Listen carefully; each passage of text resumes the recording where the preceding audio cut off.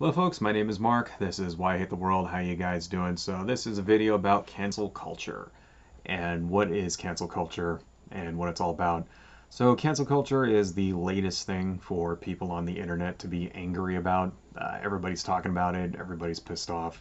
Shane Johnson is canceled. J.K. Rowling's is canceled. Confederate statues are canceled.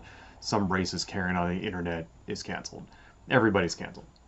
So what the hell does canceled even mean? Well, to cancel someone is basically to not give the person any money or attention or generally not have anything else to do with them. It's essentially boycotting. And while sometimes this is done in reaction to possible illegal activities such as sexual harassment or rape allegations, that kind of thing, more often than not, the target is not really actually doing anything illegal, but is saying something hurtful or racist or sexist or transphobic or generally acting shitty in some way. In that respect, the act of canceling someone has been around for a long time. They're basically just boycotting that person. And in some circles, it doesn't really stop with simply boycotting the target. It can go a lot further into harassing the target or even the target's friends and family. The thing is, cancel culture appeals a lot to your sense of right and wrong, that sort of desire to see justice done. And what we don't understand, though, is that these feelings can be manipulated, and the effects of this can be very, very damaging on people's lives. When did boycotting become canceling? Well, if you'll remember, about 6 years ago, there was an activist named Soy Park who made a video called Cancel Colbert because he made some racist jokes. Basically, he made a tweet in particular that was lampooning Dan Snyder, who's the owner of the Washington Redskins. And what it was that Snyder made this founded this organization called the Washington Redskins Original Americans Foundation, which was a foundation to benefit Native Americans. And what turned people off about this is because it was illogical. Colbert was making an anti-racist joke with his tweet.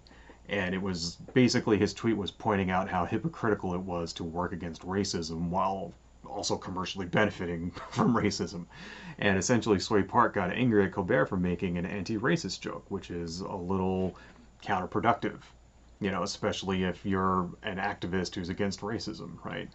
And it kind of makes you think, would she have cared or even really noticed if, say, Colbert used an example of black or Latino racism to illustrate his point?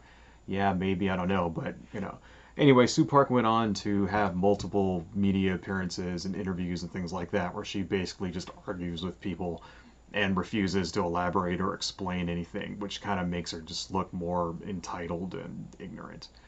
And as a side note, as somebody who's half Asian, right, I give you all the permission in the world to laugh at Colbert's tweet because I think the shit's hilarious. Anyway, so Sue Park dropped out of the public eye since then, but the notion of cancel culture took a root in the activist community. And basically, whenever you see a celebrity or somebody like that getting caught doing something racist or doing sexually harassing someone or doing something really stupid, a video comes out of them doing something really dumb like wearing blackface at a party or something like that, then that person gets canceled. But, sometimes it's deserved, sometimes I think it's not deserved. Example of that would be Al Franken. I think the reaction to Al Franken's sexual harassment scandal went too far on the left in particular, because not only did Al Franken admit what he did was wrong and publicly apologize, but the woman that he harassed publicly forgave him, right? But that wasn't good enough, and Al Franken was shamed into resigning. And because of that, we lost a great supporter of many progressive causes. And this kind of brings us to the limitations of cancel culture because it only really seems to work against people who have liberal or progressive beliefs. Conservatives and Republicans are less vulnerable to this form of boycotting because usually their supporters just either don't care, right, or directly support their actions, especially if the thing they're doing, the thing they're being canceled for is like racism or sexism, because it pisses off the liberals. That's basically it. I mean, there are examples of conservative media figures being canceled and shamed. For example, Bill O'Reilly comes to mind. But it seems, in general, conservative politicians especially are immune to this kind of cancellation. And this is why you have people like Brett Kavanaugh, who was confirmed for the Supreme Court justice, position, like despite allegations of sexual misconduct and assault, you know, or why Roy Moore, for example, refused to drop out of the special state election in Alabama for the U.S. Senate when he was accused of assault by 3 women. Two of them who were minors at the time, but that shit just bounces right off of them because they're conservatives, and conservatives just don't fucking care, right? So, contrast those 2 guys to what happened to Al Franken or John Connors is another example, 2 Democrats right there. And I'm not trying to defend these guys. I'm just listing them as examples of high-profile Democrats who were pressured to resign due to sex scandals, and helped along in no small part by cancel culture. Right. I mean, the fact is that Democrats tend to be more liberal and progressive in things like sexual assault or rape or racism. Those things actually matter to them, while the Republicans are more conservative and they just don't really give a shit about those things. Right. So another example of where cancel culture can go wrong, can backfire, is Katy Hill. And if you don't know who she was a representative for California's 25th congressional district, who was accused of having an inappropriate relationship with a campaign staffer. The thing is, at the time, Katy Hill was on the rocks with her then husband, who she described as abusive, right? And the thing is, it's not illegal to have a relationship with someone you work with, and it's not even unethical or against the rules in this case, because Katy Hill was estranged from her husband, right? And she wasn't yet a congresswoman. The rules say you're not supposed to have relationship with staffers when you're a congresswoman. It doesn't say that you're not allowed to have one when you're not yet a congresswoman. And the thing is, the real reason Katy Hill resigned was because a blog called redstate.com published nude photos of her, and that pretty much publicly humiliated her, and she ended up resigning, right? And really, I don't understand why it's a crime in some states, at least, to say for an ex-lover to post revenge nudes of you on the internet, but it's perfectly okay for a website or a magazine or some shit to do the same thing. I mean, I don't see why she's suing the living shit out of these people, but I don't know. Basically, Katy Hill was the victim of a smear and revenge campaign, and she stands as a good example of how cancel culture can be misused. Now it's time to talk about the Karen videos, right? So we're seeing a lot of videos out there lately about people doing racist things in response to the recent protests. Lots of these are called Karen videos, and they're usually of entitled white people, most usually women, who are yelling or saying racist shit or threatening to call the cops on somebody who's usually black for dumb reasons. And I featured some of these on my channel even. I remember the Central Park Karen video where the woman was like calling the cops on this guy who was a bird watcher because he had the audacity to ask her to put a leash on her dog, right? And another example of that is Kathy Jenkins. She was the woman in the video about where it was like counter protesters in Missouri, and she was saying, she had a Confederate flag around her shoulders, and she was saying, "I'll teach my grandchildren to hate her." Though most of the time, when the videos like this come out, we do end up hearing about the people and the repercussions they suffer because of these videos. The women in both videos ended up making public apologies, and both lost their jobs because of those videos. So you may say to yourself that the racist people that threaten violence or threaten to call the police on someone for a dumb reason, which, may result in violence being done to them or even death in some cases. You may say that they brought this on themselves, this negative reaction to these videos, and this is just the people facing the consequences of that action, and they deserve whatever happens to them. In some cases, yeah, maybe, but that is if you have the right person to begin with. So I would like to present to you the story of Professor Kyle Quinn, and he was the professor of biomedical engineering at the University of Arkansas, and he happens to bear a passing resemblance to someone who was spotted at the Unite the Right rally in Charlottesville way back in 2017. So the problem is, Kyle Quinn was nowhere near the rally that night, and he's not a white supremacist, has nothing to do with the alt-right in general. He was basically a victim of mistaken identity, and somebody picked his face out of a Google image search and wrongly identified this guy as a Nazi, and then everybody just took that and ran with it. You know, they didn't do any further checking. They didn't do any further investigation, right? And basically, this guy, you know, got hundreds upon hundreds of threatening phone calls and harassment, and you know, people calling the university trying to get him fired. And so the university began an investigation and ultimately cleared him because the guy had a alibi. You know, he lives like 3 states over. He was nowhere near that place. Has nothing to do with those people whatsoever. But before it was open, you know, he got all these phone calls and all of this shit, and somebody doxed him, and he ended up spending a few days at a friend's house because, you know, death threats and shit like that, right? And all of this because he looked like the wrong guy. Right.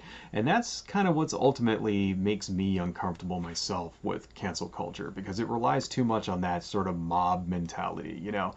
It's kind of become a way for someone to get back at somebody who wrongs them. You know, it's sort of like swatting somebody, you know, that kind of thing. And that's exactly how it's used, you know. A recent example of this is the story of Lenin Gutierrez, right? And if you don't know who he was the guy that was the Starbucks barista, where a lady got mad at him because he asked the lady to wear a mask, and she got all pissed, and she took a video of him and put it on Facebook, you know, with the idea, right? This woman takes a video of this barista with the idea that people were going to cancel him, to publicly shame him, you know, and then he might end up losing his job and all that shit. And, you know, the good news is that it kind of backfired. And, you know, everybody took his side because asking someone to wear a mask in a pandemic is the right thing to do. And somebody, you know, started a GoFundMe for him. And as of today, it's collected over $100,000, right? So that's great. But just think about what happened. You know, this lady got mad, right? Because she thought she got what she thought was bad customer service at Starbucks, right? So instead of going and talking to the guy's manager or whatever and making her complaint that way, she records a video of it and puts it up on the internet in an attempt to get other people on the internet to ruin his life. That's what she did. You know, now whether you think his actions were justified or not was besides the point. You know, she basically was using cancellation, you know, cancel culture as a weapon, right? And it easily could have gone the other way. You know, the story could have never come to the greater public's attention, and it might have gotten picked up by the evil, you know, the fucking crazy, like, conspiracy theory anti-mask crowd, and those people could have, like, ruined that dude's life. Okay? You know, like, once you, like, get on the wrong side of that internet hate machine, you know, you can suffer for, like, a really long time. I mean, you never get out. You know, some people who, like, you know, examples that I can think of who ran afoul of the wrong people online, you know, they suffer harassment for years and years afterward. You know, David Hogg, for example, Christina Chandler, who was otherwise known as Chris Chan, you know, Jesse Slaughter. Those are just a couple that come to mind of people who have just, like, you know, not had a very good time. Right? Organized troll campaigns and things like that, you know, basically fucking ruining their lives and shit. And, you know, so I kind of understand why people engage in cancel culture. You know, myself, I have mixed feelings about it, you know. Personally, I really have no problem publicly shaming celebrities or public officials, politicians, things like that, you know. But I do draw the line myself at private individuals, you know. I mean, you got to remember that most of the time in these videos, the perpetrator, right, isn't actually doing something illegal. I mean, it sucks and it's shitty to be racist and to be a bitch or an asshole or something like that. But that's not illegal, okay? You know, you have freedom of speech in this country, even freedom for shitty speech, right? And, you know, people, the other reason is because people do and say really stupid things, you know, especially in the heat of the moment, like during a fight or an argument or something like that. And if somebody acts like a racist piece of shit, you know, does that mean that they deserve to have their lives permanently ruined? Right? I'm not trying to stick up for any of these people. I'm not trying to defend any of them. I'm just saying it doesn't seem right to me that, you know, a video of you saying the wrong thing getting on the internet means your life is now over. And you got to go off and change your fucking name or some shit like that, you know, and start over in a brand new state or where nobody recognizes you. Like, that seems wrong to me. It's like, you know, people deserve second chances. You know, even if they act like fucking assholes, they still deserve second chances, you know. So, while these videos, I understand they can be infuriating, and they often are, but it's important to remember that these are private citizens with private lives, They didn't ask to be drawn and thrust into the middle of a fucking culture war. More often than not, these people are just, they face public backlash and they end up losing their jobs and things like that, right? And that's where, in my opinion, it should end. That should be it. Initial public backlash to the end. Nobody should be trolling these people afterwards or, anything like that. And it's because people go too far. People go too far, and what ends up happening is that the hate snowballs. And before you know it, things are out of control, and these people are getting death threats and shit like that. And it's like nobody should have to live through, death threats. Even if you are a racist piece of fucking garbage, you still shouldn't have to like fear for your life. That's too much. You know what I mean? And the thing is, I'm not going to defend anybody, who does it. And I know it comes from the right wing to the left, and I know the left wingers do it to the right. And it's like this. That's why they call it a culture war, because it's back and forth, both sides. And I'm just saying, me personally, I'm never going to do that.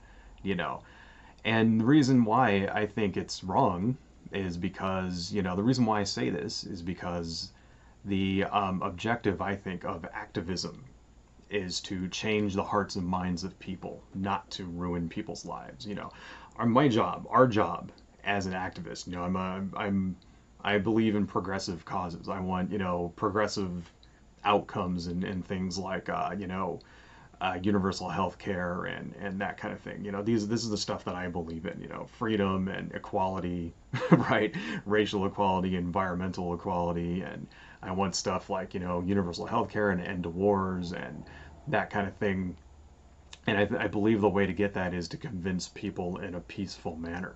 And that's why, that's why I want people to believe, believe the things that I believe.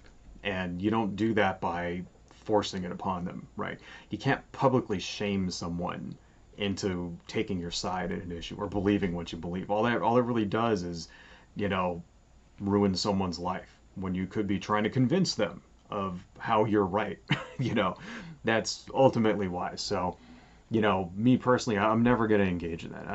I've kind of made up my mind. I'm never going to tweet at a random stranger, not a private citizen, a politician, yeah, fine. They're open game on a politician, even like a media figure, for example, somebody who should know better, someone who's in the public eye, even an actor or something, okay, that's fine. Those guys are open season because they should know better, right? They know that they have power and influence over people's minds and shit, and they should be using their powers for good, right? But just like some random Karen in a video that gets mad at somebody and says something racist or whatever, I'll watch the video, I might comment in the comment section, but I'm never going to go tweet at that person. I'm never going to make phone calls to harass that person. I'm not going to do it because I don't think that's right. I think that's something that, cancel culture should really get rid of. So anyway, that's all I got, folks. Adios.